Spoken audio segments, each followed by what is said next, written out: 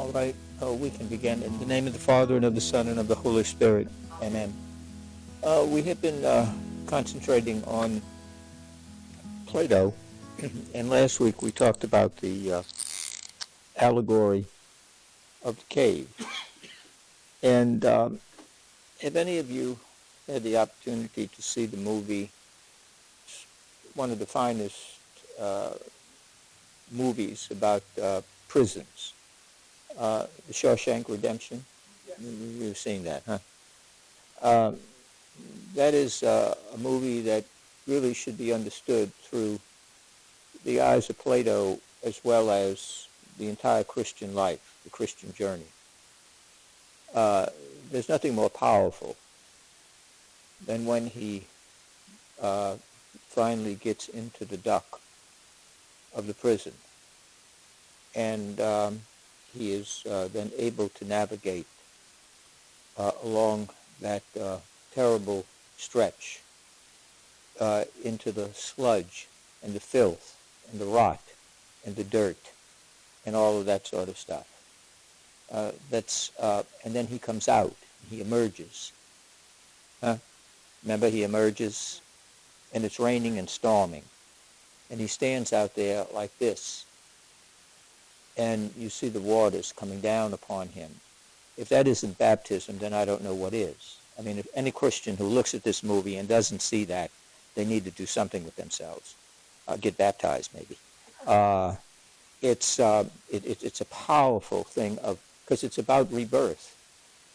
It's about conversion. It's about traveling through. Innocent though Dufresne is, he goes through this, and he emerges on the other side, as Morgan Freeman says in the voiceover, comes out on the other side. And that's exactly, this is a whole process of passing from the people sitting at the locked, chained, and looking simply straight ahead. And they have to travel to where the light is, going through there. And it's not easy, it's painful. It's painful. And it's all of those things. And you see these baptismal themes, the theme of rebirth, being reborn, and also the realization that birth is not easy. This is exactly what Plato was saying. And Jesus tells two of the disciples, the sons of Zebedee, James and John, can you be baptized with my baptism? Can you drink the cup that I will drink? Etc. And it is this baptism. Baptism is easy. The living's hard. To take from Frank Sinatra, one of his songs. The loving's easy. The living's hard. See, the wedding and the reception and all that stuff, that's the easy part. It's getting down to the brass tacks of living. The Christian life. Wonderful and terrific and all this kind of stuff. Except when you have to live it. That's why Jesus continually talks about from the beginning that this is the cost of discipleship. The cost of discipleship is people want Christ without a cross. They want Christ on Easter but not on Good Friday. Well, it doesn't work that way. That's the problem. And if you talk about that, it's so negative. What we need is more negativity in the world. There's a wonderful value to negativity, by the way. We have too much affirmation. Children have to constantly be affirmed. And therefore, the first time they go to class and the teacher corrects them, they immediately have to be put on Ritalin or something because they've never heard this before. Or they're told they didn't make the team. Or they don't get the gold star, etc. No, we have to be positive. We have to have this affirmation of self and all of this kind of stuff. Please. It's like these kids riding around. You ever see them? They look like they came from Afghanistan. When they're riding a bike, they have a helmet. They have knee pads, shoulder pads, arm pads, hand pads. My Lord, they're not going to Afghanistan. They're going to ride a bike down the street. Oh, they might fall. Pray God they do. Not that they bust their head, because all the nuts will come out and say, oh, wow, you're advocating for that. No, but sometimes you have to get a brush burn in order to get up and continue on with the bike. Or you continue on the horse that threw you, and you got hit with the baseball. Okay, well, if you want to play baseball, that's part of it. That's part of it. And if you're going to go out and live beyond your bed, this is what happens. Life happens,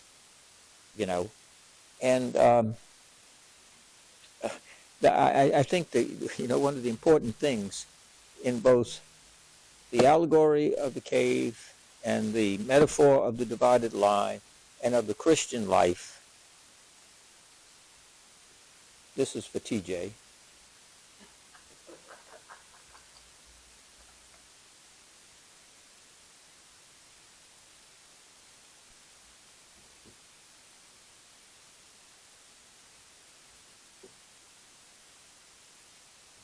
Things are not what they seem.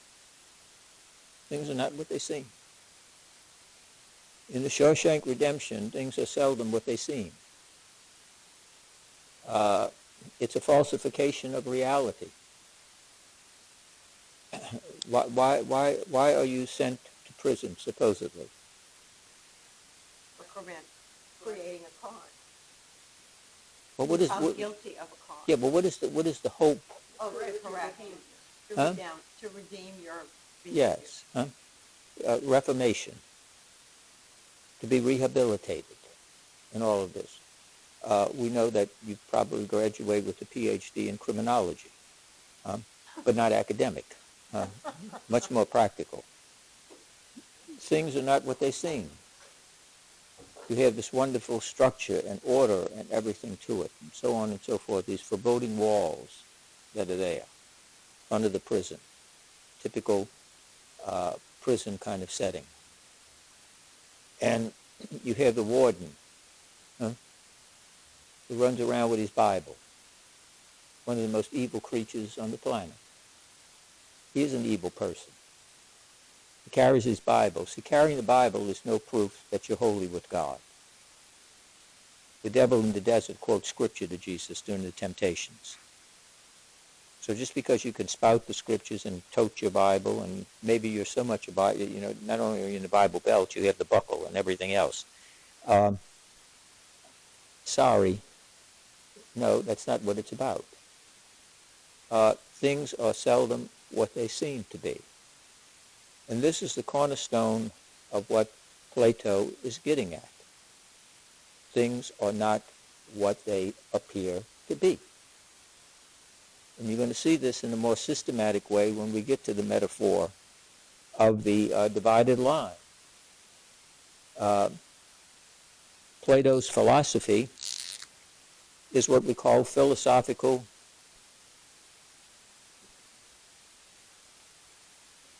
dualism. Philosophical dualism. Therefore, how many elements are we talking about? Two. That's right.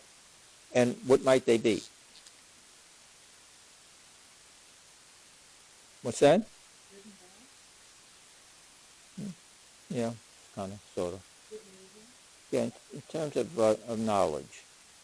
We're into knowledge right now. All you Jerry Falwell types, calm down. What is it? Knowledge and ignorance. Good. Ignorance and knowledge. Ignorance and knowledge. What else? What metaphysically? Reality. Reality has what? What you see. The visible world is the real world. We're talking about Plato here now. Is the physical material world the real world? No, it's not. It's not the real world. If things are not what they seem, and you deal in the real world, for Plato, you're dealing in the false world. You're dealing in the false world. It's not the really real world, right? What is the real world? What is the real world? Is is reality, the really real, found in the material object? No, where is it found? Very good. It's found in the idea. It is the conception or the concept. Conception or concept. Ignorance is what? Is where then?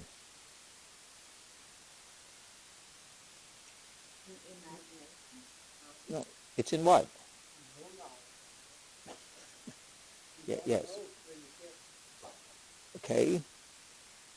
But if it's in the idea, but if we're ignorant, what are we accepting as the real? The physical world. The physical world. The physical world has the really real. This gentleman is late. Do y'all want to let him in?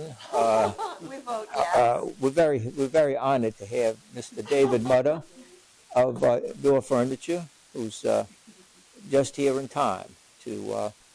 And I hope all of you took advantage of his generous offer of 50% off all merchandise in the store. It's Door Furniture, and you'll only be paying 10% above inflated prices because they make it on the other side. But we won't go. See, things are not. See, things are not what they seem. See? Perfect timing. Yeah. Thank you. Go to the restroom midway through. Yes. Well, you take your time. Thank you, though. Thanks to all. I was first time I've been stopped in traffic on interstate for at least 30, 40 minutes. Really? Oh, wow. I don't know what happened. How y'all doing? They prepared you for Belchase. I thank y'all. Sorry to disrupt. You didn't disrupt, David. You are what's called a comic relief in the midst. Do you have a handout or something? Yeah, I didn't give Oh, them you out didn't to you. give mine? No, I'm no. tipping the seat. 'Cause No, that's all right, David. Resume the class, No. please. See, David's so used to passing out things, promoting Door Furniture, that I have here at the bottom, sponsored by Door Furniture. No, I don't. But anyway, so this dualism is the dualism between what then?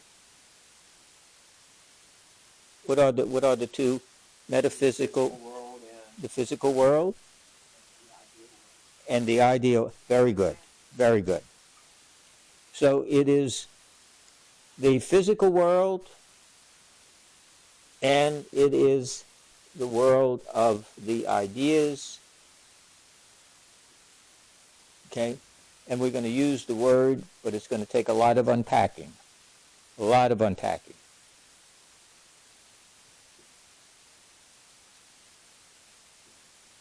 The forms, the eternal forms. That is the really real. But it's easy to write. It's going to take a lot of unpacking to get into what he means by that. And what is the relationship then between the forms and the physical world? And how does that fit in God's name with the Bible, the Catholic Church, forget that, the Christian tradition of understanding these things. And so that becomes very important, but it's very important to understand from the beginning, things are not what they seem. And it is this dualism, this philosophical dualism. Really, it's an epistemological dualism. Epistemology is the study of the philosophy of knowledge, from which we get the word episteme from the Greek. You have Greeks use two words for knowledge, episteme and techne. Episteme is knowledge. It's knowledge of, it's a higher knowledge because what episteme is, it is the knowledge of the why, of the how. Techne is the knowledge of simply to know how. And that's all. It is a functionary kind of knowledge. I come into this room in fear and trembling.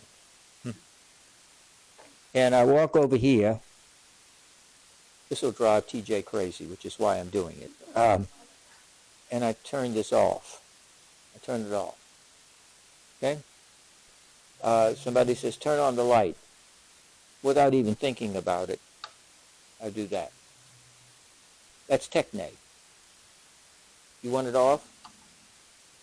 You want it on. That's techne. That's a technique, from which we get the word technique. Now, you tell me that the light is not working, and I look at you like you're crazy. I don't know anything about principles of electricity. I don't know anything about how to get this thing fixed, and I don't know anything about that. You want it on, you want it off, I'm your man. You want this other stuff, you got to get somebody else. See, you have to get somebody else who has episteme plus techne. You have to have both. It's not a question of either or. It's a question, in order to really be a developed person, you have to know both. You have to know the how, but you also have to know the why. You have to know the principles by which something operates. Okay? So epistemology is the study of knowledge in its full dimensions, mainly the acquisition of knowledge. How do we get knowledge? Is knowledge certain? Is it relative? Its relationship to each other, how ideas related, etc., and so on and so forth like that. So therefore, we have to understand this. This begins with a dualism, of which a movie like The Shawshank Redemption and other movies have to do with things are not what they appear to be from the very beginning. And any of you who have spent any amount of time in prison, and I won't go into that,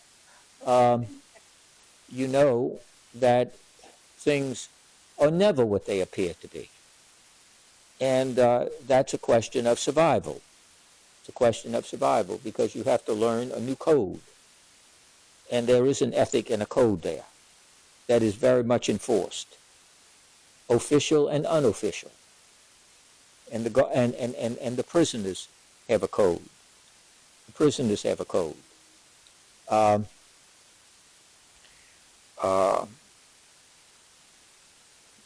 When I was not in Angola, but go and visit Angola to see this particular person. And there's a whole thing about walking. You just think, oh yeah, well you just put one foot in front of the other. No, you don't. No, you don't. The person standing at the head is the one who sits at the top of the stairs in the Shawshank Redemption. And you have all the underlings down there. The first person stands there. And there's a kind of...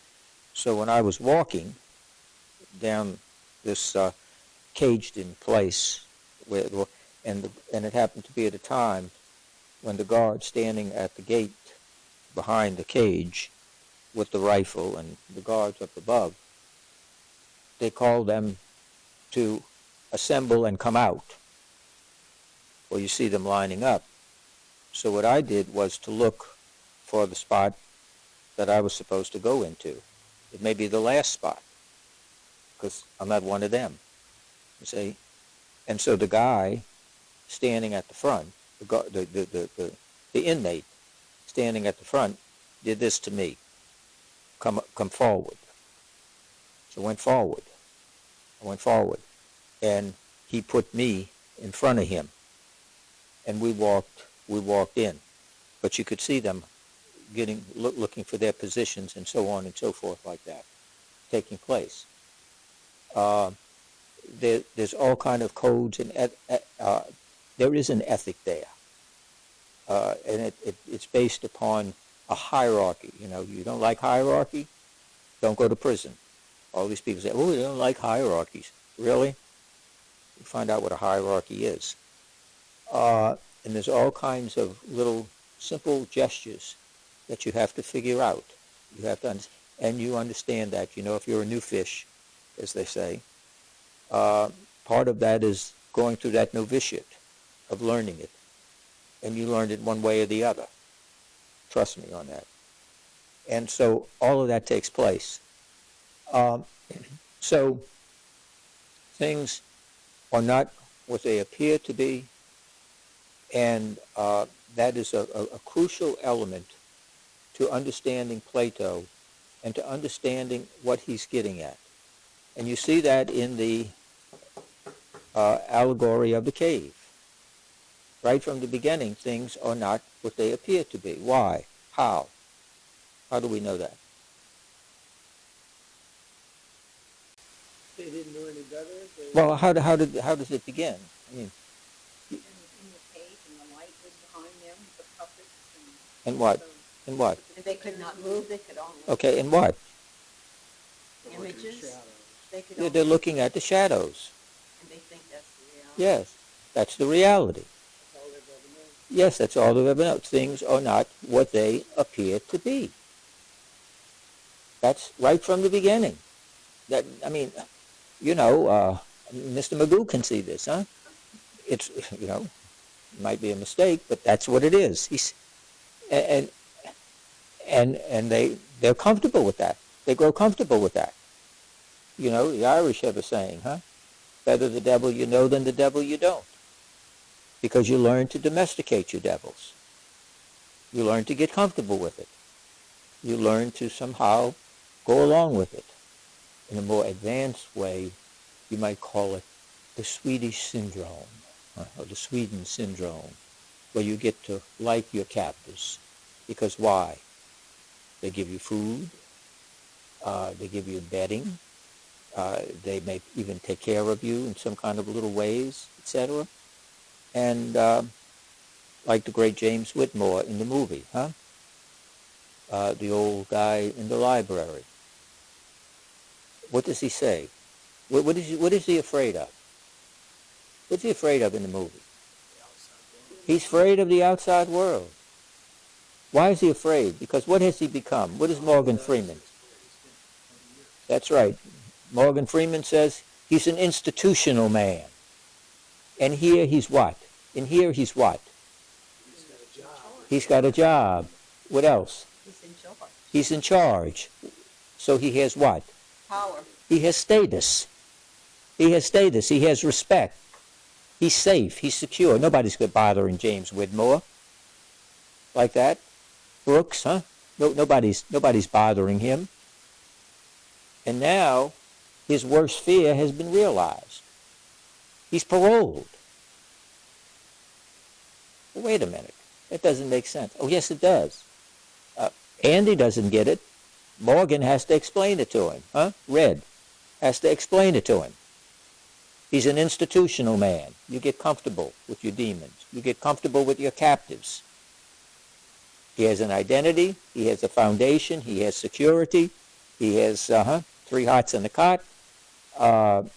He has purpose and meaning. He's been in there all these years. And now we're going to shove him out into that world that he has no clue as to what it is. None. None. You see it as he goes to the apartment, that apartment that they arranged for him, the halfway house. And he has a job. And if you can't be moved at his pain, almost his kind of Greek agonon, his agony at this, trying to figure it out, and dealing with this. And, he talks about being afraid all the time when he's laying in the bed, and the lights are out. And he talks about, I'm afraid all the time. This is not his, it was the cruelest thing. At Angola, I was talking to this old man. Remind me of Brooks. Um, uh, he's been in there 40-something years. And what does he do? He's got this beautiful garden that he developed, and he takes care of the animals in this garden. Well, the worst thing has happened to him, he was telling me. The Innocence Project got a hold of his case. And what they did was, they got his DNA. And he's getting ready to get released because they found out that the DNA of the murder of this man's wife was not done by him. It was done by his neighbor next door that had been having an affair with his wife, unbeknownst to him. And he has been in there all these years. Now we're going to take this man, okay, and put him out.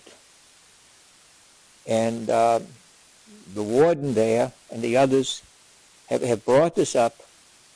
And the thing is, well, we can't keep an innocent man in prison. This is for guilty people, and so on and so forth. And I get it. I get it. I mean, but we have to understand that it's not everything, that these things are not as clear as black and white, right and wrong, good and bad. If you've lived longer than about 2 seconds, you realize that in life there's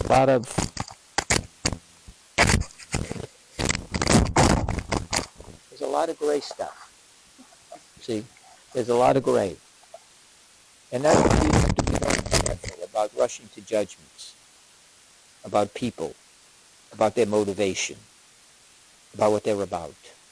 Very easy to these rush to judgments and so on that we see so easily today, people do.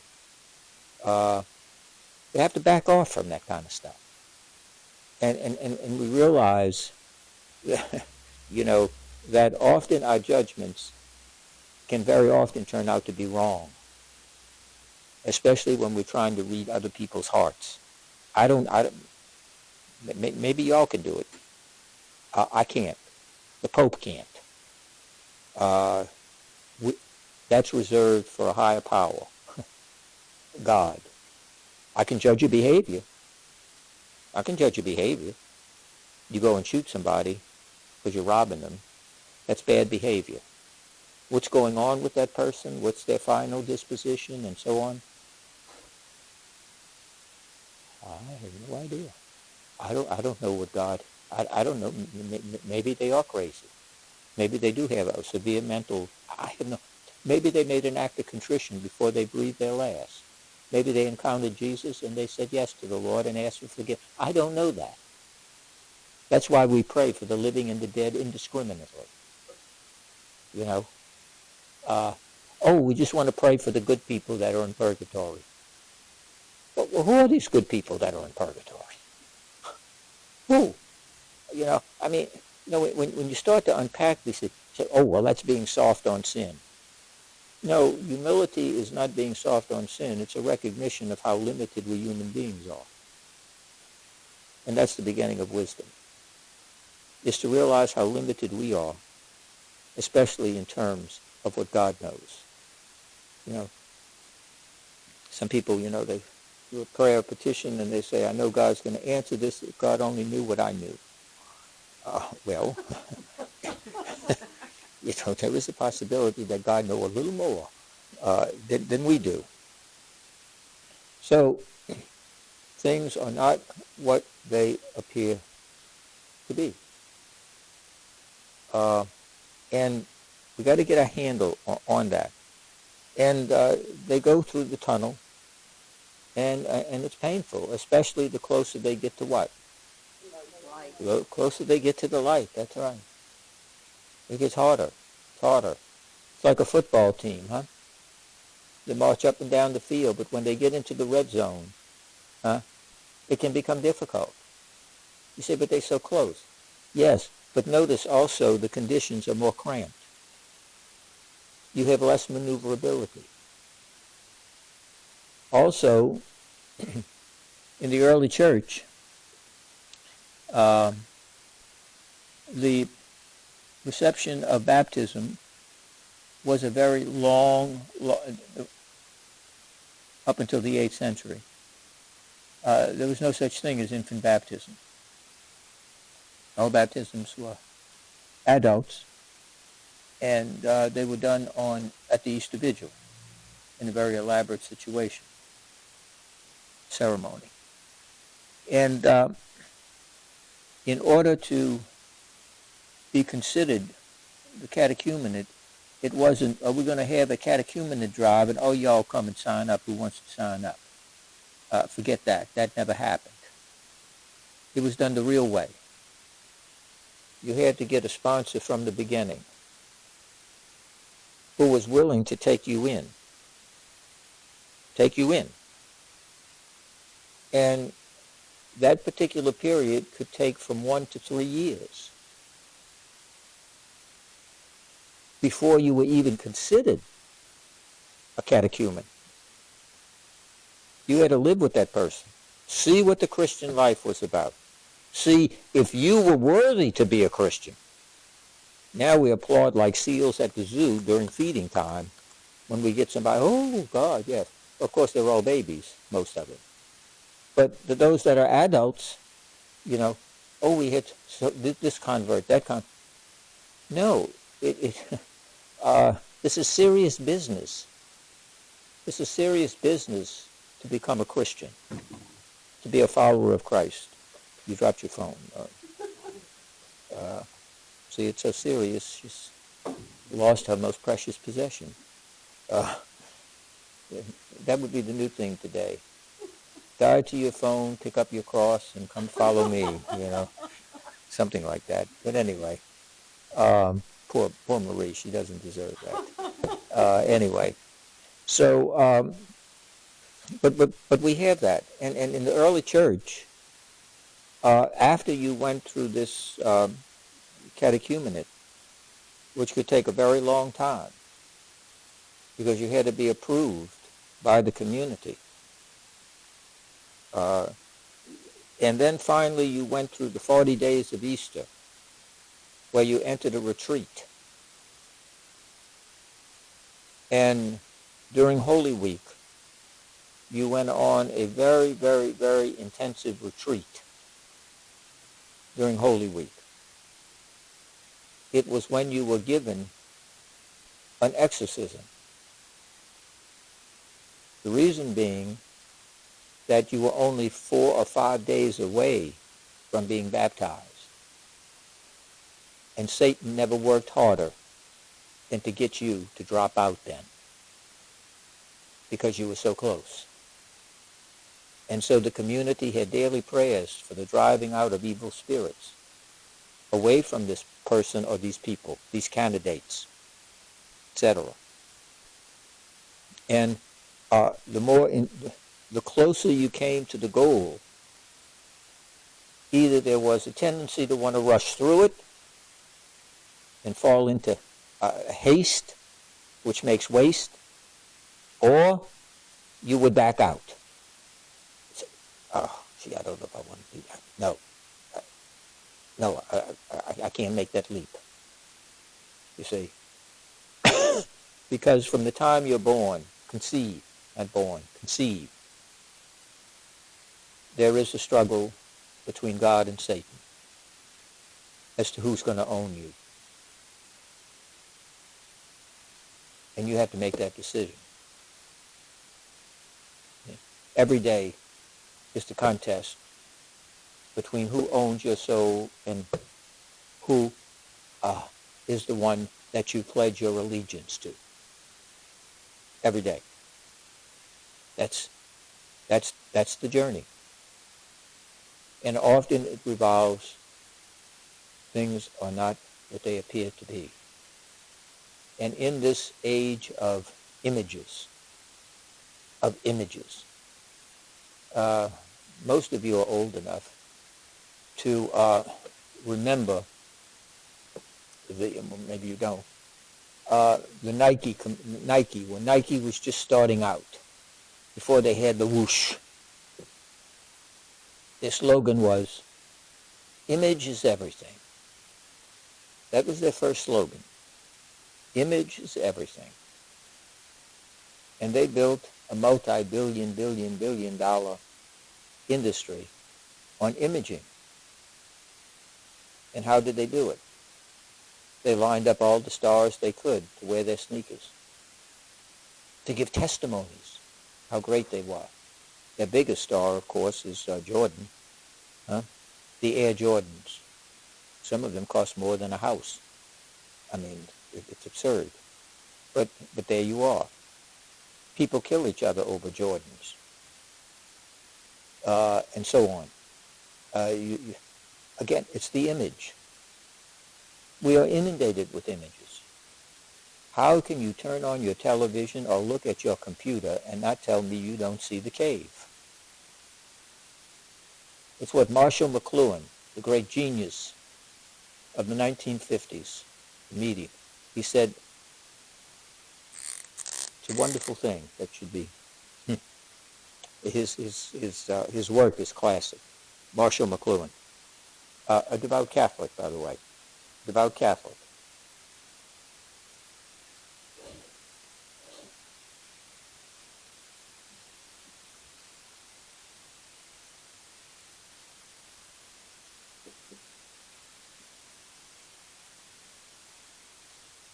The medium is the message. What does he mean by that? Medium is the message. What does that mean? Sounds crazy. Very good. See, there's two things, McLuhan said. There's two things that come from the box. The second one, which is really the kind of inconsequential thing, is the what? This stupid pen. Hey, you figure you could afford a pen. What you're trying to achieve, what you're trying to sell, the info. The info. The big thing is, what is the medium? What is the means? What is the instrument with which you get across your message?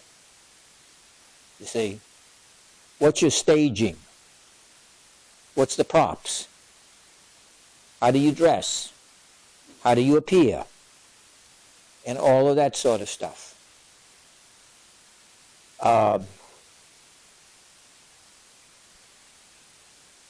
Marshall McLuhan referred to television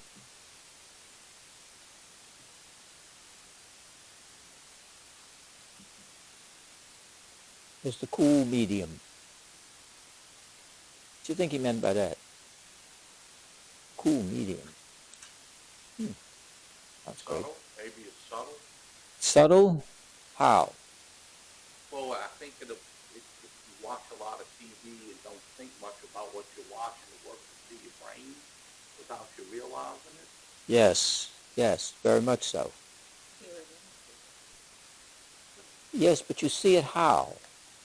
How do you see it? I don't care if they're presenting it absolutely true. I'm going to show you a murder, and I'm going to show it to you, and I'm going to show you just as it happened, unedited, uncut, untouched, and everything else.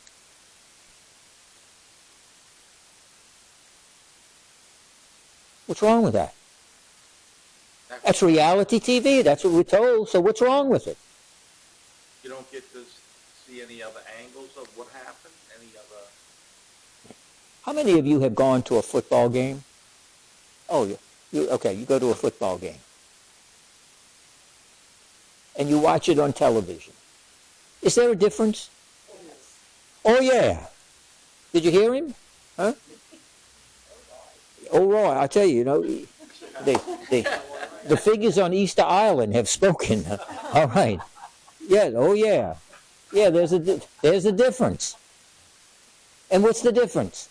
Atmosphere. Yeah. Circumstances, Yeah. atmosphere. Being there.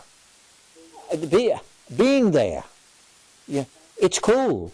It's always removed. The danger is that when you realize that this year many children will see over 5,000 acts of murder and violence on television through their video games, through the news that they'll watch, through the things that they would have. The reason it's a cool medium is because it desensitizes you. It desensitizes you. I can do something to you so many times that you simply don't. Your alarm clock. After a while, you have to get another alarm clock because it's not waking you up. Why? Desensitized. Your mother yells at you all the time. After a while, it doesn't matter anymore. We say, turn them off. Oh, she, well, that's just how she is. We go on with that. Okay? So that's what happens. You become desensitized because it is a sensate thing, and when you have the senses involved, they become, they atrophy. They become used to it. It doesn't have the imp anymore. That's the basis of drug addiction. When you get the first sniff or the first jab, or you take the first pill, but then if you take them for a period of time, you have to have more. Whenever you deal with something sensate, the senses become fatigued. The nerves become fatigued. And when they fatigue, they shut down. They don't work. So you have to get more to get it up. You have to do more and more and more. You have to have more excitement. You have to, not only do you have a championship game, it has to be a Super Bowl. Not only do you get the food, that's good, it has to be a super meal. So, and then you get the supersized fries, or the supersized things, and so on and so forth. You not only have stars anymore, you have superstars, supermodels. You have to keep upping the ante when you do this. See, the cool medium always puts a distance between you and the action that's taking place. It's one thing to sit in your nice, comfortable sofa, eating a bonbon, or whatever you're doing, and watching the 5 o'clock news with a murder, and, if it bleeds, it leads, and all of this kind of stuff, than to say, oh, come see, they just shot somebody outside. Some people will turn away, or they'll go and they'll leave, or they just, this is this is the real thing. This is the really real thing. Or they'll actually watch now with these cams and everything, police officers or someone being shot. Or you watch these crazy programs, neighborhood wars, everything's a war now, or road rage or something, and you see these people being run over by a car or something like that. And that itself, the first time you see that, you go, oh, goodness. Go stand outside and watch it. Go stand outside and watch a human being being hit by a car. Most people, unless the most depraved, would indeed not go outside and watch that. Most people would not. And yet, that's what we have. It's a cool medium. It distances you from the direct impact and experience. And as the august Mr. Mutter said, it affects your brain. It affects your sensitivity. You see, the medium that you're using affects your brain, because they're finding through now MRIs, magnetic imaging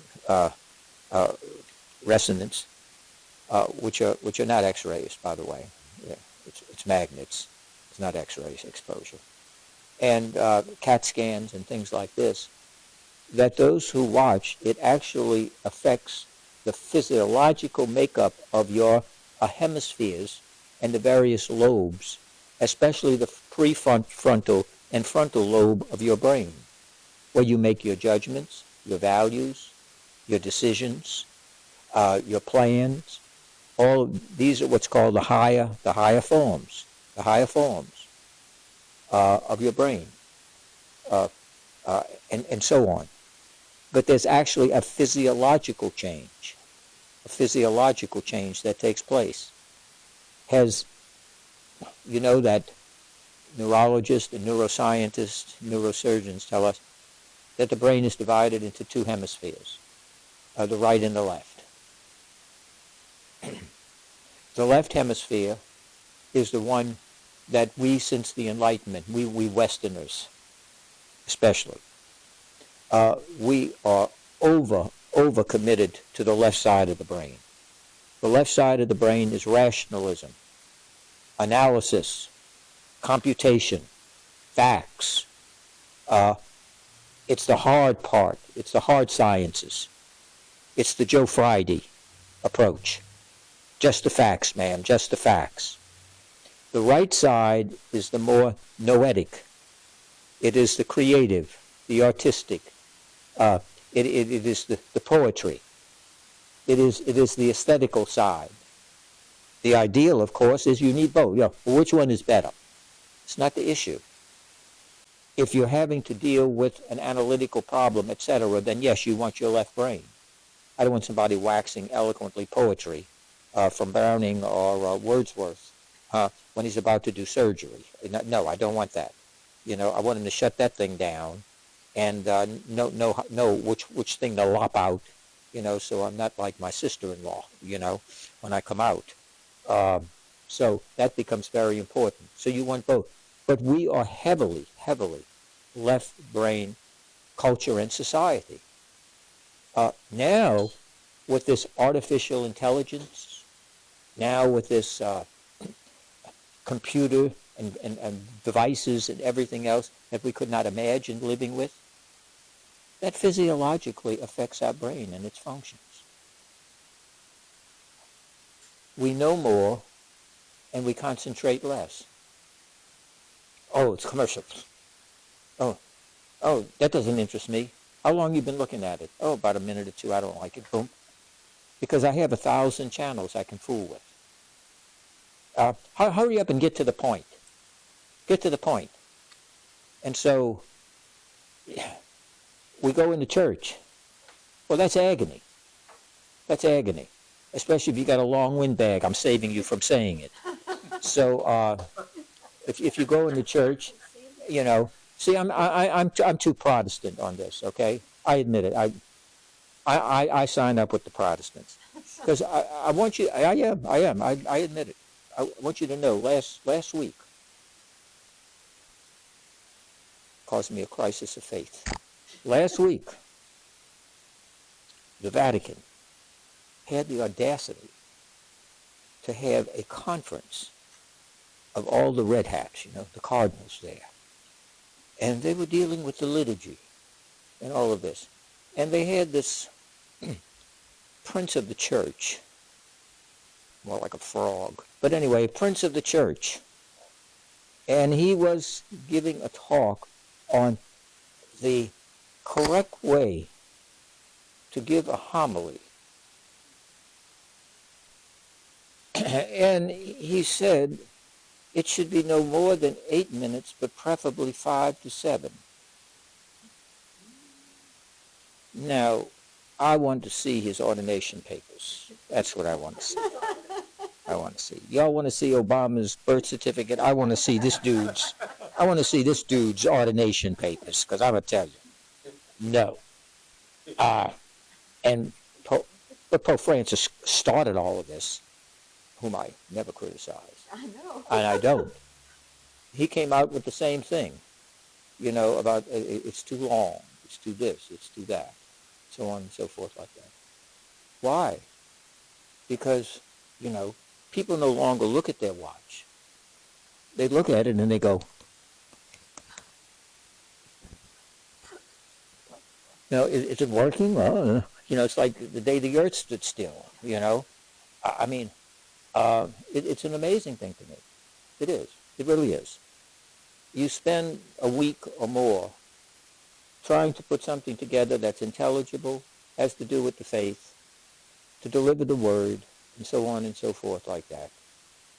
And Sunday after Sunday, you met with people who either yawn, don't pay attention, don't care, and the first thing out of their mouth is, that was boring. How would you know? You know what? You're boring. In addition to that, you get just the kind of priest you deserve. Parishioners get the kind of priest they deserve. That's right, because they get the kind of priest they demand. And so, look, Saint, not Vincent de Paul, not Lawrence. Anyway, goodness, I got to remember this. Anyway, he was assigned. He became a bishop, and they had masses being said, the whole mass on Sunday. They were said in 7 minutes. 7 minutes. Now, some people would love that. My God, the place would be packed. Now, you can imagine what that was like. You can imagine that was your Sunday worship, okay? And he called those priests in and told them, if ever again I hear that your Mass was anywhere near that, you will never say Mass in this diocese again, ever. And the ones who persisted in that, their faculties were removed. Where they went, I have no idea. Now, you see, and so when you think about it, often on a Sunday morning,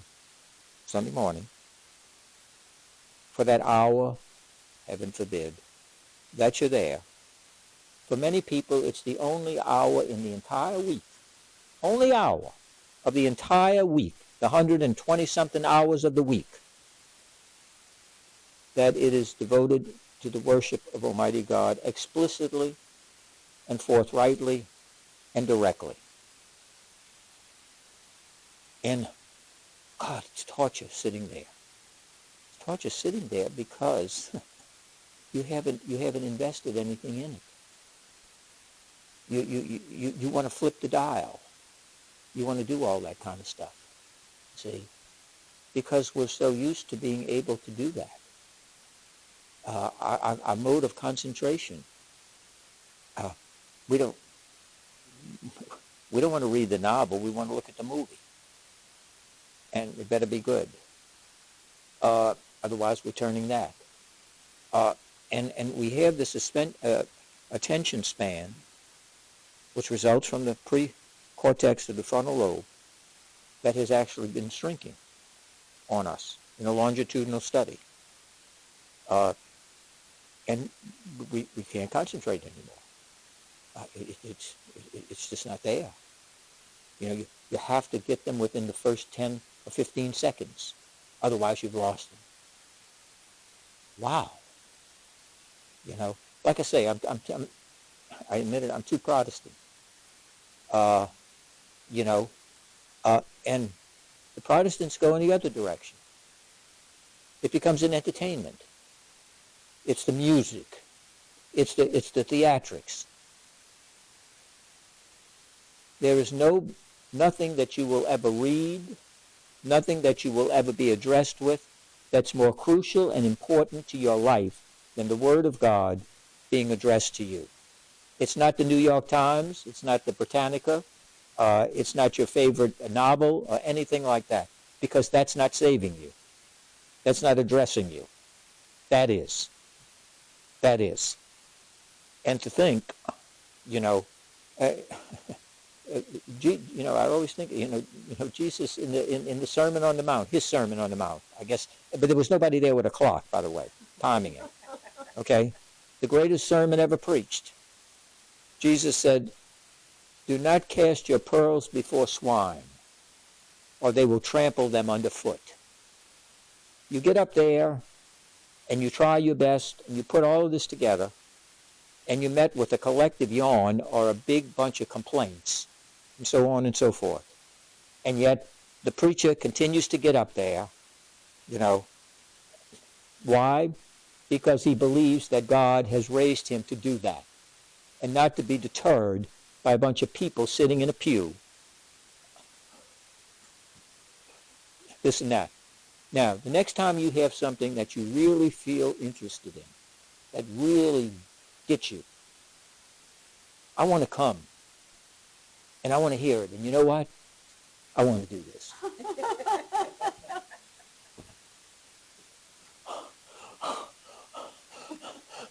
Oh, God.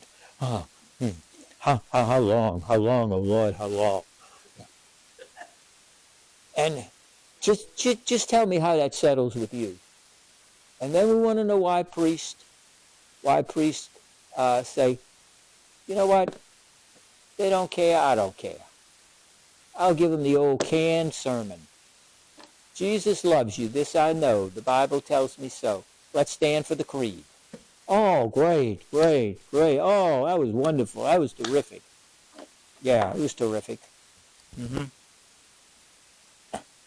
That priest has done you the greatest disservice he could ever do. He hasn't fed your soul. He's indulged your foolishness. He's given you junk food. That's what he's done. So that's not a compliment. It's an insult for that. And, God bless the people who can continue to get up there and do it, because, like I say, think of something that turns you on, or something you believe is really important, and go tell it to those. And let me know how that goes down with you. But anyway, the medium is the message, and it's the cool thing. It's removed from, etc. So when we look at the divided line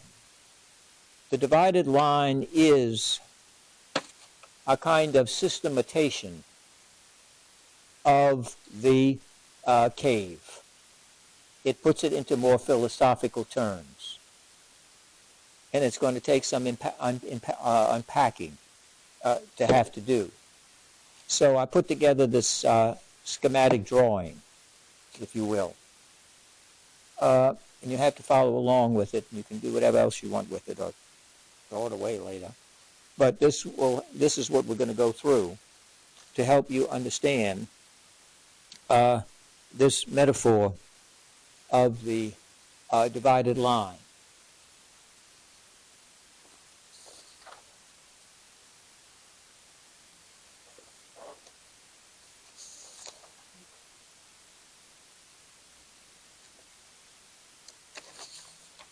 Thank you.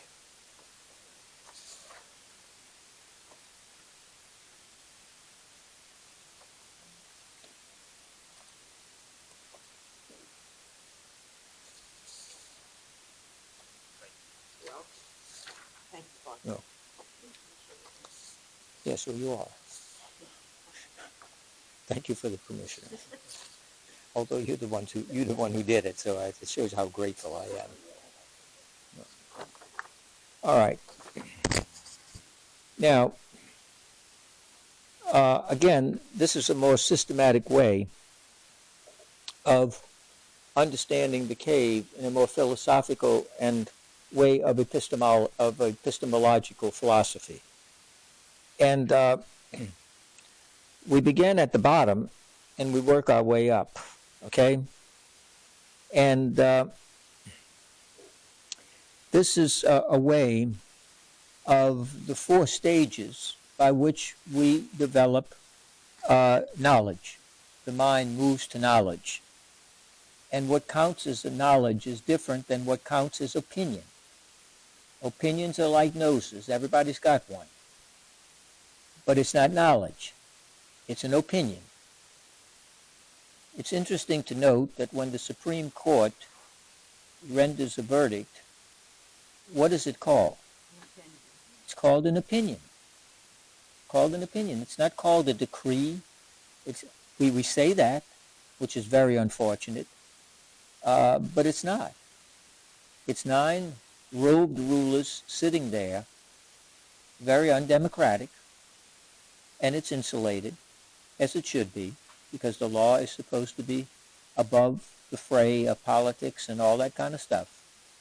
And but it is an opinion, and you have dissenting opinions. You have unanimous opinions. You have those things that take place. There's not, nowadays, there's seldom a 9-0 decision. Seldom a 9-0 decision. So it's an opinion. And then it moves up. If you notice, there is that separation between the intelligible world and the visible world, between the world of opinion and the world of knowledge. There is a purposeful separation there. See? And there are the objects there, and there are the modes of thought, from imaging or imagining all the way up to what counts as true knowledge. True knowledge. And the vertical line is a continuous line from X to Y. It's a continuous line upward. But it is also a separation. There is a crossing over. There is a coming into something deeper there. And to make that step is what we might call a kind of metanoia, a conversion.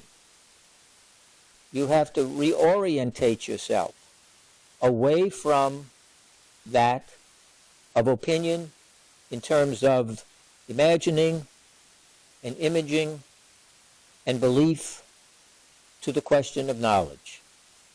To the question of knowledge. And it moves from the lower to the higher. And if you notice, the lower part, the box there, is smaller than the upper part, is larger than the upper part. The intelligible world is larger than the physical world or the world of images, knowledge.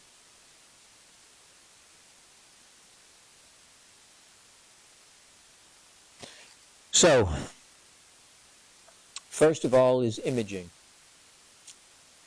It is the most superficial form of knowledge, of mental most superficial form of mental activity, not knowledge.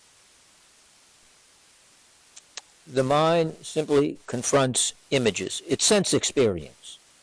It's experience. It's surface. Well, what's wrong with images is that images are highly deceptive. The person in the cave believes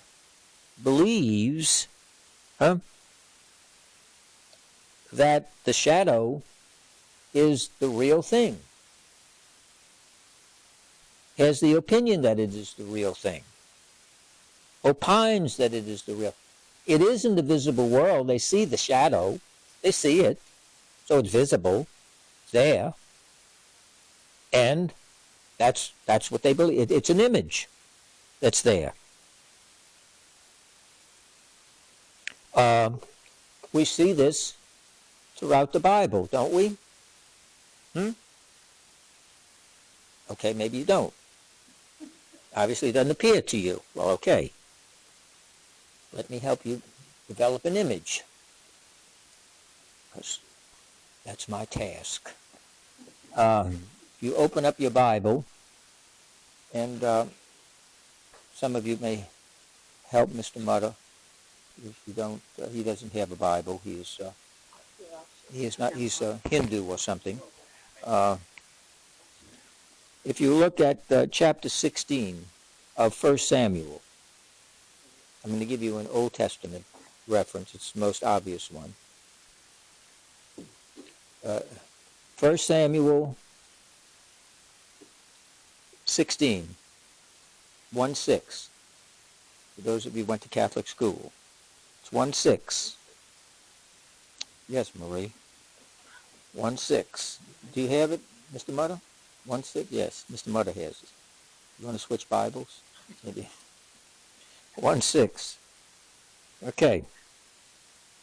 At this particular point, they have dumped Saul. They got rid of him. He turned out to be a bust. Okay. He fell out with the Lord and everything else. Okay. So he got dumped for another. The Lord's looking for another candidate. Okay. He's the Joe Biden and Matt Gaetz of the current parade. So the Lord has to look for another king, huh? Since that's what they wanted. Now the book of Judges have told them it's a bad idea. You don't want a king. But no, they had to have one. Why? Because everybody else had one. Okay, the Lord said, fine. Okay, I'm going to give you what you want. Let's see how this is going to work for you. And of course, they wanted Saul. No, that didn't work out. But God didn't say, I told you so. God said, we've got to get another one in here. So we got to go to Jesse. Going to Jesse. Because Jesse's got a bunch of sons. Huh? Got a bunch of sons. And he goes to old Jesse.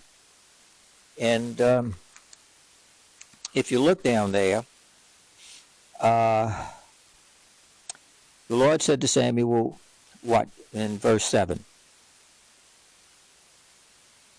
Yeah, verse 7. Verse 7. Well, we'll read it, please. Not just in his appearance upon the altar, because I have rejected. Now, Does not see as the mortal who sees the appearance. The Lord looks to the heart. there you are. And that's as clear as you can make it. It's clear. So what does he do? He brings forth all the top contenders, all his sons. And the Lord says plainly, I see the heart. In other words, I see the really real. You're looking at appearances. He's got a muscular physique. He's appealing. He's camera friendly. All of this kind of stuff. So on and so forth like that. He has a nice appearance, huh? He's nice and clean and manicured. He fell out of GQ Quarterly, and so on and so forth like that. It's wonderful. He makes a good appearance. He's got eye appeal. God. Don't you hate him already? Okay. So you can imagine how high maintenance that is. So anyway, he looks into the heart. The Lord has not chosen him. Next, Jesse presented Shammah. Samuel said, the Lord has not chosen this one either. My Lord, sounds like the Republicans.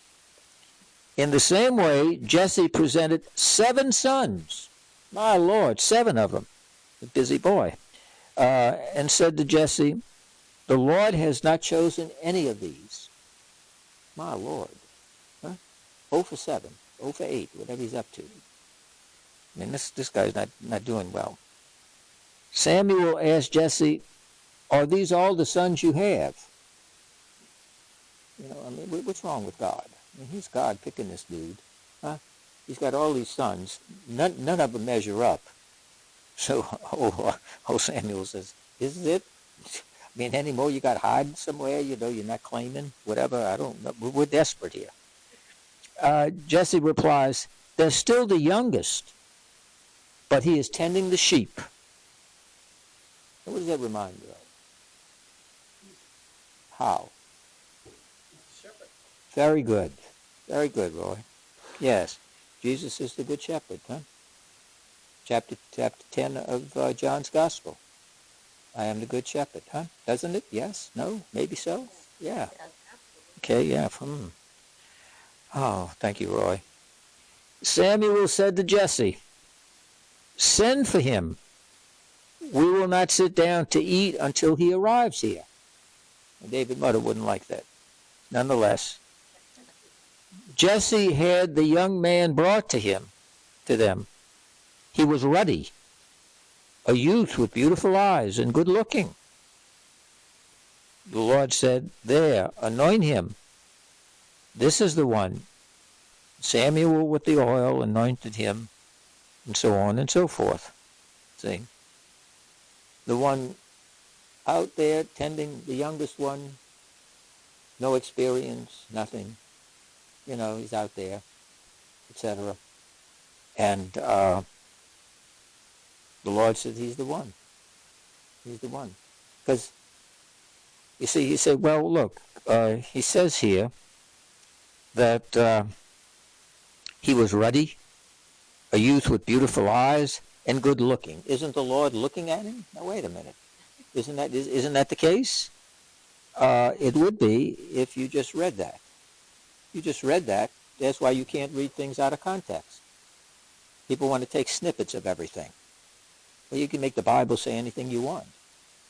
God said, if you do not hate your mother and father, you cannot be my disciple. And that's what he says. Now, go to the Ten Commandments, honor your father and your mother. So am I to conclude that I'm honoring my father and mother by hating them? It doesn't make any sense, unless you understand what he meant by that, what he meant in the context in which it is taken. If you have attachments, even the most intimate of earthly attachments, greater than loyalty and attachment to me, then you are not worthy of me.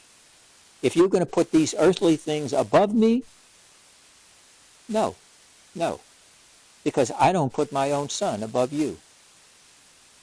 I put him on the cross for you. And now you're going to play the family game with me? No, it ain't working. It ain't working. See? So, that's what he says. Again, the appearance of things. Jesus says, Luke has a whole chapter on this. Luke's gospel. The big confrontations between Jesus and the Pharisees. He likens them to whited sepulchres, beautiful to look at on the outside, but inside they are full of dead men's bones.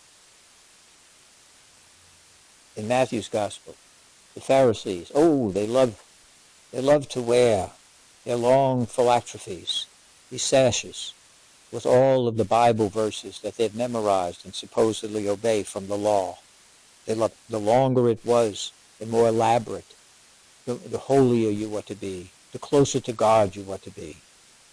And Jesus says, they're hypocrites. They love to be seen with these things, places of honor and respect, and so on. Do not follow them. Do not follow them. They love places of honor in the synagogue and all this kind of stuff. They love it. They eat it up. No. Jesus says, when you go someplace, take the seat at the bottom. A very practical reason, too. If you sit up there, you may be told to go sit down there. Whereas if you're sitting down there, they may tell you to come up. See?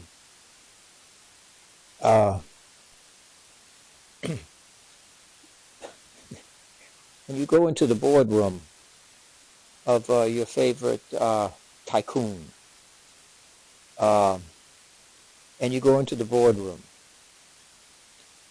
what's at the head of the table? The tycoon. And how do you know? Very good. He sits in the biggest chair. If you go in the United States Supreme Court building,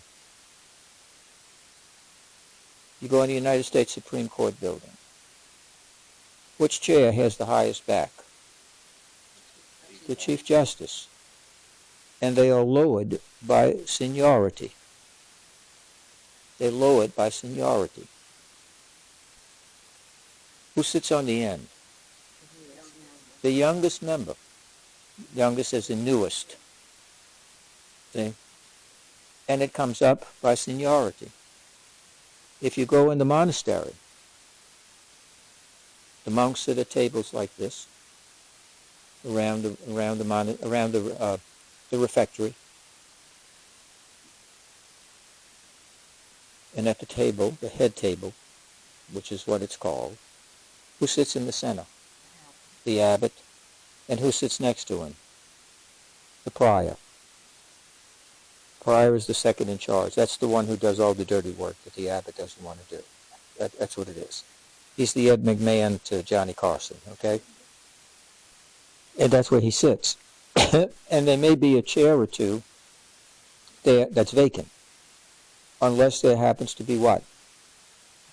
A visitor, a visitor of some distinction, and so on. But that's there, you see. And why is that the case? Why does either the youngest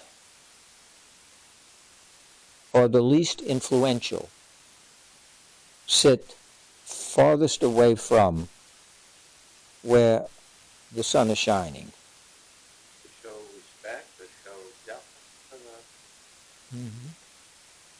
Well, what does the word emanation mean? To come from, out from. And what does the one sitting at the head of the table have?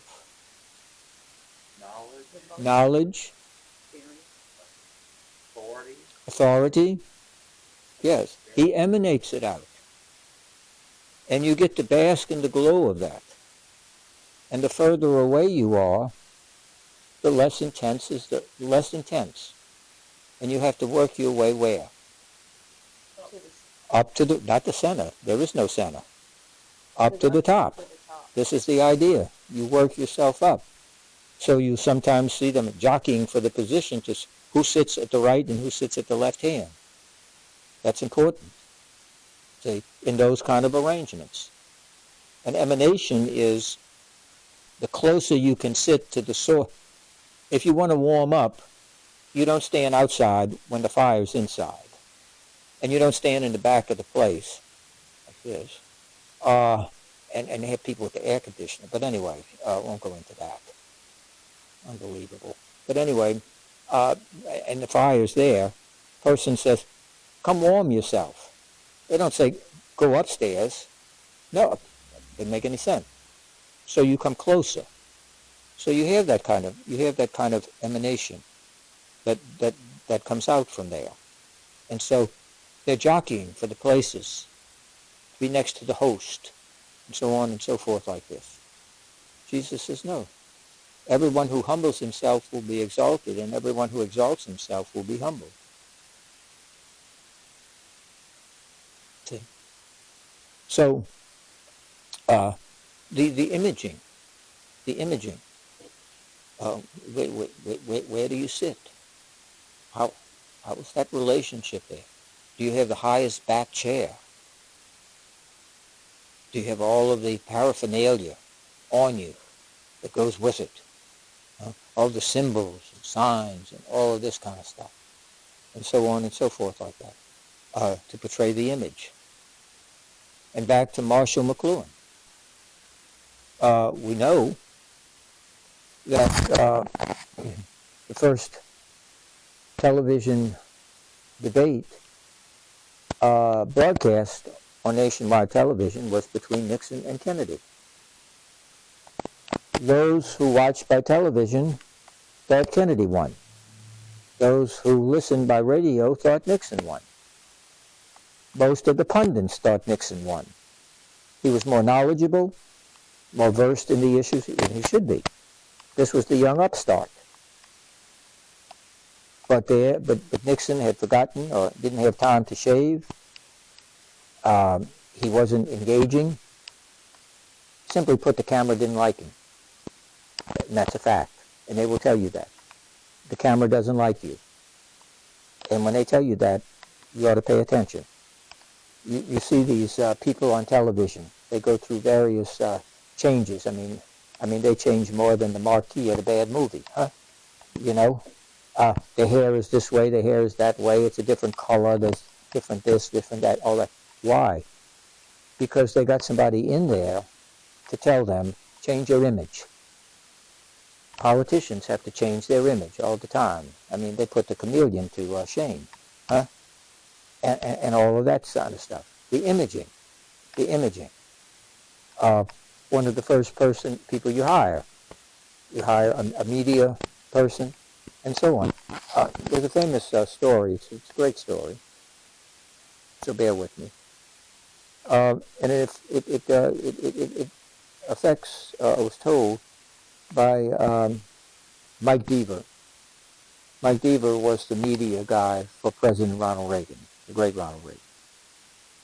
And Reagan, in the second term, was running against, if you remember, Walter Mondale. Walter Mondale. I call him dull because he was dull. And if you remember, Reagan had that awful first debate with Mondale. You remember, it was awful. It was terrible. There's just no way around it. Simply, he was terrible. And people were beginning to question whether or not he was losing it upstairs and all of this kind of stuff. And Mike Deaver was very, very upset with the whole production of the thing, the way the debate went. And Mike Deaver had the weight to go in and tell Reagan, you were awful. You were awful. You were incoherent. You were fumbling, and everything. In other words, you were not presidential. Now, and he told Reagan, see? And Reagan was proud of that, because Reagan meant it when he said, I don't want all you bouquets. I want to know what you think and what's going on. And so Reagan said, well, what do we do? So for the next 2 weeks, Mike Deaver arranged for Reagan to be seen in every possible presidential activity known to humankind. He was always in his blue suit, impeccably dressed with his hair and everything else, always behind at least one American flag, if not a whole thing of American flags, greeting people, greeting foreigners, foreign people who were visiting, ambassadors, sometimes heads of state, whatever it was. They did all that, and they flooded the market with that. And Deaver went in and told Reagan that 60 Minutes had requested an interview to do a special on him for the whole hour on him. And the aides to Reagan, the other best and brightest, said, oh no, out of the question. No. They're all thinking about what happened with Mondo and this that fiasco. Mike Deaver said, this is the greatest thing that's ever happened to us. Yes, we're going to do it. Nothing's off the record. No prearranged question. Nothing. We're going to do the whole thing. And God, they were all there like this. And Reagan said, that's good enough for me. We'll do it. And they went. They went on there. And they did the program. They did the program with Reagan and Leslie Stahl.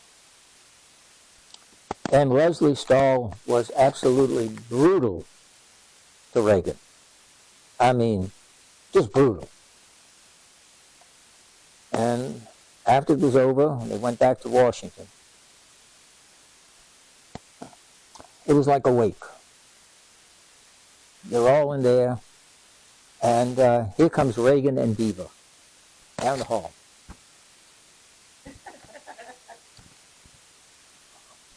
Huh? You know his famous, I can't hear, if he could hear. You know, and he's way, all of this, and he's coming in, and he sits there. And Reagan says, where's the body? You know, He said, "Isn't that awake?" And they said, "Did you, oh my God, did you see? Did you see this questioning and everything like that?" And into the room comes some associate or something. And they were analyzing all of this, and here's more papers and everything. And Diva said, "Call CBS and tell them that I want to talk to Leslie Stahl." And they're going, "I don't think it's Reagan. I think it's Mike Diva that's lost his mind. Let's talk to her." Well, so they call, and of course she's going to take the call. And she tells the story from here. She says, "I knew it was coming." She said all 60 Minute staff and the big suits in the upper chamber of CBS News, they all knew it was coming. Oh God, just get ready for it, because Leslie, you're going to, it's going to be bad. So, and he says, "Hi Leslie, how you doing?" "Fine. President would like to have just a brief word." And Reagan comes on the phone and says, "Good morning, Leslie." He says, "I want to thank you for the program last night. It was magnificent. Thank you so much." And he says, "Yeah, I'm going to give you back to Mike. Yeah, you have a good day." All that, typical Reagan, And gave the phone back. And she said, "I was sitting there figuring, this is a real setup.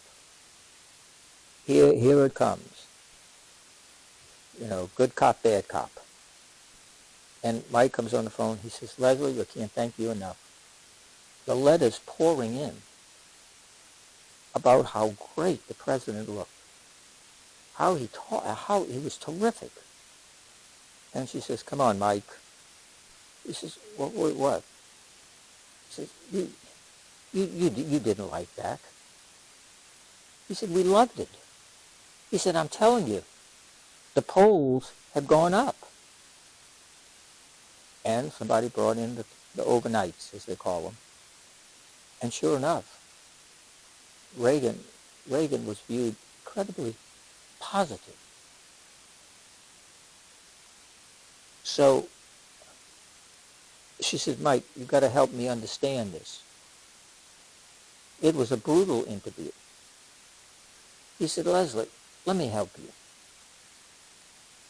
He said, "I want you to go back and look at the tape of the program."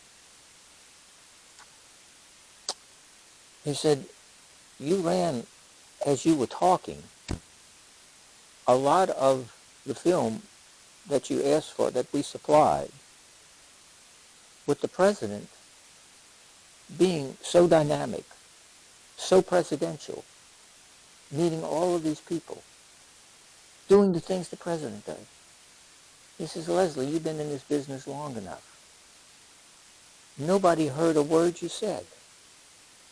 They saw all those pictures. They saw the vigorous Ronald Reagan being presidential while you were blabbing on about whatever you were saying. Nobody heard that." And she said, I couldn't say anything. I put it down. We replayed the thing, and I had been had." She said, "Yes, if I had looked at that, I would have said, who wouldn't vote for this guy? Who wouldn't vote for him?" Imaging, staging. Reagan was never one to get angry, vicious, or any of that kind of stuff. One of his redeeming things was his tremendous sense of humor and ability to be satisfied with the 80% of the loaf of bread and all of this. I mean, who else? I mean, he and Tip O'Neill used to go at each other. I mean, Tip O'Neill, great Irishman from Boston, Speaker of the House. Reagan, Irishman from Illinois. And they went at it. And every day at 5 o'clock, Tip O'Neill would waddle over to the White House, and he and Reagan would sit down, have a old-fashioned, and they would tell Irish stories, Irish jokes, and so on and so forth. And they'd be at it again the next day, and so on. It wasn't personal. They never said anything bad about either one's family, about them as a person. They had great differences, oh my God. Yes. But it never became personal. See, it never became personal. And Reagan, of course, the great communicator. He had people around, the master of using the imaging. Now, we found out later that the media got it wrong again. He was stupid. Bonzo, the chimpanzee that he played in that movie, was more intelligent than he was, and all of this. And yet we find out now, only years later, about the great historian, Dave Shirley, who put together all of Reagan's television speeches, all of his letters, all of his notes and everything. Reagan did all that himself. He didn't have speechwriters on the big things. When he called North Korea, China, and the Soviet Union the evil empire, and he gave it to the State Department to read it and to put it up on the teleprompter because he was doing an address from the Oval Office. The State Department people scratched out evil empire and put some other words in. Reagan got the text back, scratched out what they wrote, and put in evil empire. So he's looking at it again, and they scratched out evil empire, and he called them into the office. He says, we have a failure to communicate. He said, I'm the great communicator. He said, I'm writing down again evil empire, and this better not come back to me scratched out. And it didn't, by the way. It didn't. They didn't want him to say what he said at the Brandenburg Gate. Mr. Gorbachev, tear down this wall. One of the great lines of the 20th century. Tear down this wall. If you really believe in freedom, if you really want what's best for your people, tear down this wall. I mean, one of those iconic moments. One of those iconic moments. Yet images can be very powerful. When there was the attempted assassination, now, I don't care who you voted for, and I don't want to know. I don't care about that. I really don't care. When the attempted assassination was done, attempted on then candidate Donald Trump. Okay, on that Saturday, as you saw it live, if you were watching Newsmax or whoever had it on, and he was shot, and he went down like this, and so on, and you saw the blood because it had grazed his earlobe or wherever it got him, and when he lifted up and he did this, like this, it's one of those iconic moments. It transcended words. That image of him bleeding and having been shot, yet indicating fight, fight, fight. It becomes one of those iconic moments that takes place. We didn't have it at the time. But there was an attempted assassination on Theodore Roosevelt. The second time, Teddy ran in the Bull Moose Party because the Republicans had dumped him. And he ran as an independent, and it looked like he was going to win. And he was up there speaking, and some lunatic again, or whatever you want to call it, took a shot at him and hit him here.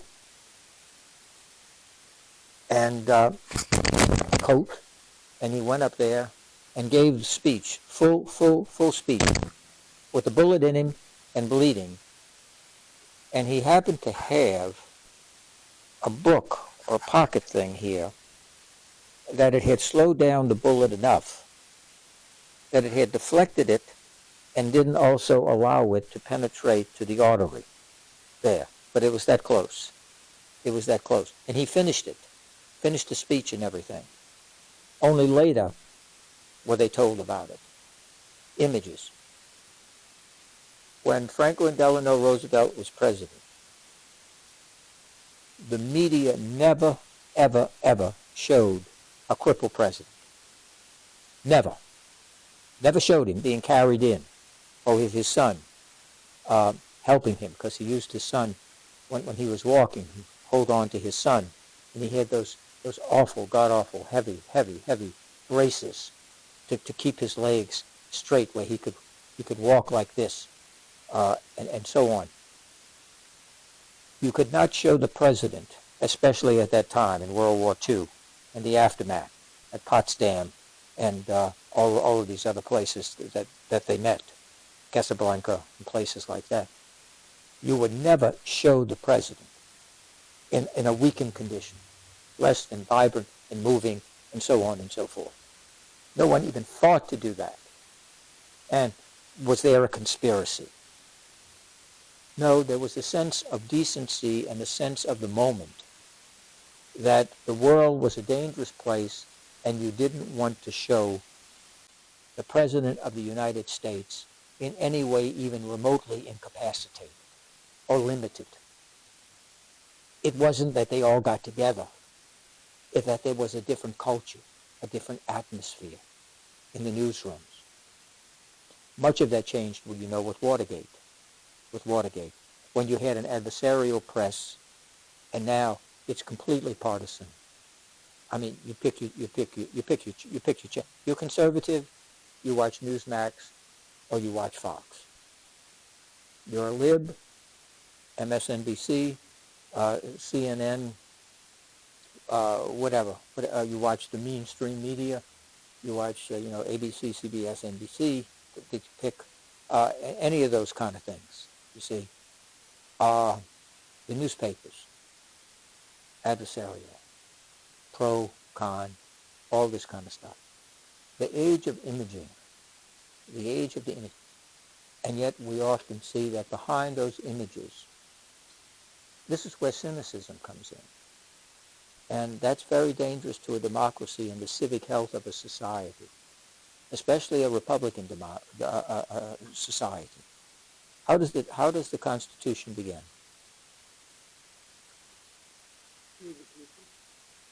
Yeah, thank you, Echo. Yes, we the people. We the people. And in a republic, in a democratic form of republic, where you have representative government, we the people, that has to be the last hand of authority. That has to be the last hand of authority, is the people. And when you have people in high places of public trust, etc., a republic depends upon virtuous citizens. Virtuous citizens. Look, you can have a constitution as big as this catechism. And they got some places they got it. And you can have this catechism if you want to know the truth. And it doesn't amount to a hill of beans in a crazy mixed-up world. It's as useless as the latest edition of comics or something like that. It is. It's useless. If you don't have virtuous people, if you don't have believing, committed Christians to Christ. His Holy Bible. This means absolutely nothing. It means absolutely nothing if you don't have people who believe it, who live it, who share it, and exhibit it. It's simply marks on a piece of paper. That's what it is. The Constitution is the same thing. If you give that up, you can have all the shell games you want, and you can do all this kind of stuff. But we live in a very cosmetic age. More so than ever now. More so than ever. We're saturated with it. And we wonder, what's real and what's reality? What's just image? What's just being put out there? So on. And for Plato, uh, it is the lowest form because what you're seeing is real in terms of your sense experience. But it's manipulated in order to evoke from you certain feelings and emotions, certain responses, etc. That's what you do. So you get the cosmetics. You do all of that. And it works on you viscerally, and it moves you. The SPCA. I don't watch the commercials because it's beyond me. They watch these poor animals in the cages, and they show you these pictures of the animals that are abused, they're tied up and everything like that. Well, or you have St. Jude Hospital. You have the Shriners Hospital, places like this. Do wonderful, wonderful things. And I get it. I get it. What you're trying to do is invite people into that, and they show you the children. They show you the anguish of parents. And then they also show you the hope. They also show you where the one child who had brain cancer, and that has gone into remission. And the wonderful work, for example, that St. Jude does. And they're magnificent. Danny Thomas. Just absolutely terrific. But you can be moved by that. You can be moved by the visual. And you find yourself almost automatically reaching for the phone. That's powerful. Powerful. Etc. But we also know that we can be deceived. And what happens? We find out that ex-charity is really pocketing the things, and they're buying cars and big meals, and they're flying on jets and all of that. And then when the next really good one comes along, we say, fool me once, shame on you. Fool me twice, shame on me. I'm not giving. See, it's always the next person involved. Not this bum. The next one who suffers. Because I'm not being made a sucker twice. And how do I know? I thought I knew before. See, that's the problem. And so cynicism, the politicians, the scandal of the clergy, they're certainly not immune. I mean, you'd have to be living under a rock to know that.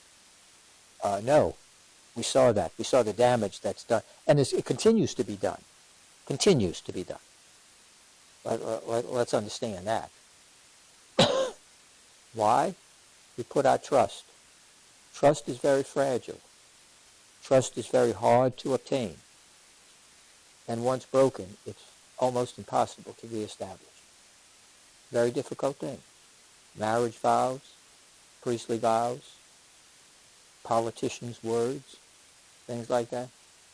That's very fragile because it's so priceless. It's so priceless. So this imaging, what time is it, Betty? Please. 8:40. Oh, Jesus. Okay, let me just go one step further. Anyway, you get the idea. There are two people that Plato signals out for special mention under imaging. The artist and the poet. And the most dangerous of the bunch are the poets. As Plato will say in the Republic, kill all the poets. Now that we don't usually think of that. Why does he want to kill the poets, and why does he want to kill the artists? Oh my goodness. Well, poets and artists deal with images. Artists, they paint, they sculpture, they do all kind of things. They give you images. Poets are worse. You say, well, they don't deal in images. Are you kidding? My God. At least once in our life, I imagine we can think of when we read a poet that really moved us or touched us or spoke to us beyond anything else. The material of a poet are the words, the images. They're more dangerous because they're in your mind, because they're not material. And the only way to kill an idea is with another idea. You can smash a statue, but an idea, the brain, it stays there. Now, how do you counteract it? Well, you got to have another image. Reagan was a fumbling, senile old fool against Mondale. Well, what did they do? They gave him a different image. They inundated him with another image. Vital, in control, competent, presidential, all of that kind of stuff. See, and the poets know how to touch those images. Look, few, if any, people have been converted to Christianity because of an argument. I'm talking about a rational argument. You give me your rational argument. I don't care who it's from. Thomas Aquinas, take your. I don't care. And you give me a person who has passed from death to life, from sin to grace in their life, and let them tell their story. You won't remember 5 seconds of that stupid rational argument compared to the testimony and life of that person. You tell me which one stays with you more. You are not converted by a theory or by a theology or this or that kind of stuff. That's why they're powerful. They're powerful. I can write you the most beautiful thing if you want about sunset. Go stand out there and look at it. It's that ability to be overwhelmed, that kind of emotive. That's why a rational, sound intellect is no competition to a corrupt will. I can give you the greatest argument in the world, and if your will doesn't want it, I ain't doing it. Yeah, you're right. Yeah, you're right. Okay, I'm going to do what I want. But it doesn't make sense. I'm going to do what I want. Makes sense to me. That's what I'm going to do. God told me, have anything you want. You can't have this. That's what they wanted. The devil, understand, the devil didn't argue with them. Initially, there's no argument there. They looked at it and they saw it was pleasing to the eye. Good for food. Eye, food, all primal stuff. Then the devil said, here's the opening. Then he hits him with, you can be like the gods. Notice, from primal, raises the stakes. But he first has to throw doubt that God is really a good, rational God. God didn't really tell you that, did he? That question. You mean you tell me that your friend is really a faithful friend? And I don't say anything else. What does she know that I don't know? Then maybe I become a little more observant, and now I'm taking their behavior and I'm filtering it through the seed of doubt that's been planted. And the slightest little thing all of a sudden takes on a different shade to it, doesn't it? What I wouldn't have even noticed. Now, I wonder why he said that. What did you really mean when you said? And the person may say, well, where's all this coming from? What do you mean? That's where it's coming from. That seed of doubt. See? So,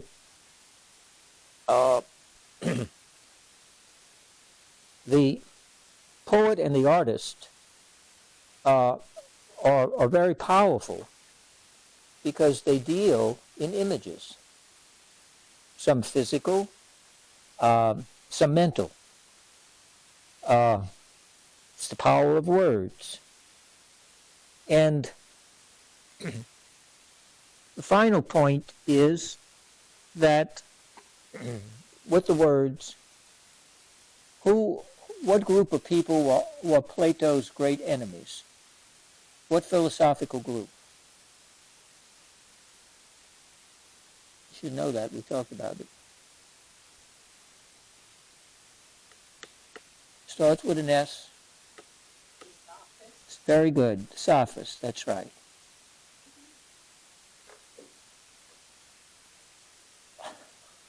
The sophists are Plato's enemies because the sophists believe that truth is relative and all you have to do is make the crafty argument and you win. That's what they want to do. In other words, they're the prototypical lawyer.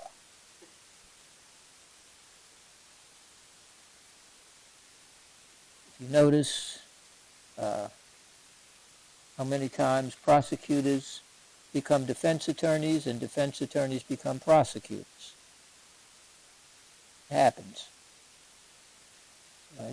As Richard Nixon famously said, I can teach it right or I can teach it left. Just tell me how you want me to teach it. That's a sophist. And they hire themselves out to the rich to teach their children how to be crafty with words. Not for the truth, but in order to win arguments. In order to get their way. Truth be damned. I don't want that. I want to know, did you win or lose? That's what I'm judging you by. The idea of truth. Back to Pilate. What is truth? So, these people, according to him, are very, very dangerous. And what happens then is, there is no absolute truth of right and wrong, true and reality, any of these things. Everything becomes relative. And what do you have today? You have people running around talking about, I have to be true to my truth. My truth. Your truth? Well, you know what? My truth is very different than your truth. And happens to be very different than Mr. Sanders here. His truth. And we're in a mess. What we're in a mess is, it's a state of all against all, as Thomas Hobbes talked about it in the Leviathan. It's a jungle where we live by the ethic of the sharper elbow. And you want to find out what that is? Go drive down the highway or go to your grocery store. You find out what the sharper elbow is. Go into the boardroom.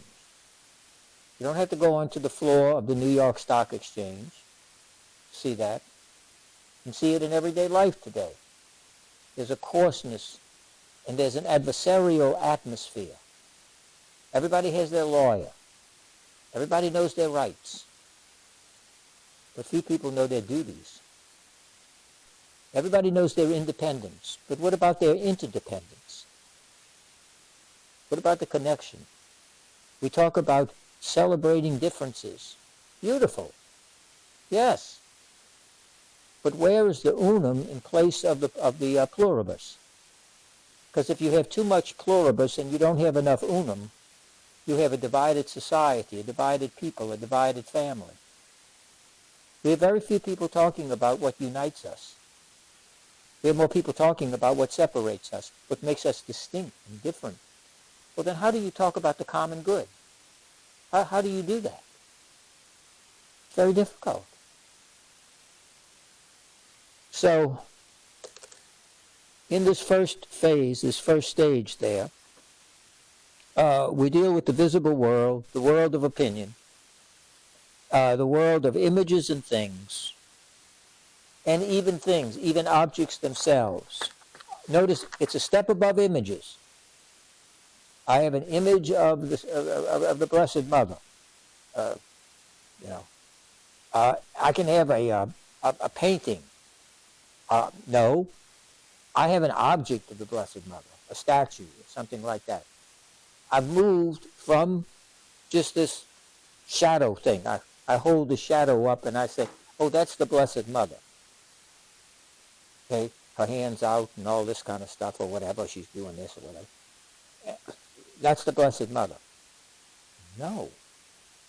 Then I show a statue of the Blessed Mother. That's not the Blessed Mother. Okay? That's the big Protestant thing. You worship statues, you worship false gods, you worship God, you worship Mary. We don't worship Mary, we don't worship the saints, we don't worship any of that stuff. When it comes to the saints, we don't pray to the saints. And I wish Catholics would stop saying that. What saint do you pray to? I don't pray to any saint. I don't pray to any of them. None of them. I don't care who they are. I pray through them. Because it is God who dispenses graces. It's God who knows what we need. And the saint is a special friend of God and an advocate who pleads our cause. But I don't pray to him. I don't worship the saint. I may venerate them. Venerate means to highly honor, to hold them in esteem. I do that. They have virtues and qualities that I'll never have. Never mind. I see them all. I wish you would ask a question about that, like, which ones? No, that is not going to happen. So on that cheery note, sorry to disappoint you and leave you unfulfilled, but, into every life a little disappointment must fall. Anyway, thank you for your patience. In the name of the Father, and of the Son, and of the Holy Spirit, amen. Almighty and gracious God, we offer you glory, praise, and thanksgiving for your tremendous gifts, graces, and blessings, and above all, your presence in our lives. Help us each day to open our whole being to serve as your faithful sons and daughters of your holy will, Father, faithful disciples in following you, O Jesus, and faithful temple and vessels of your sanctifying presence, O Holy Spirit, in that part of church and creation you with the Father and the Son entrust to us.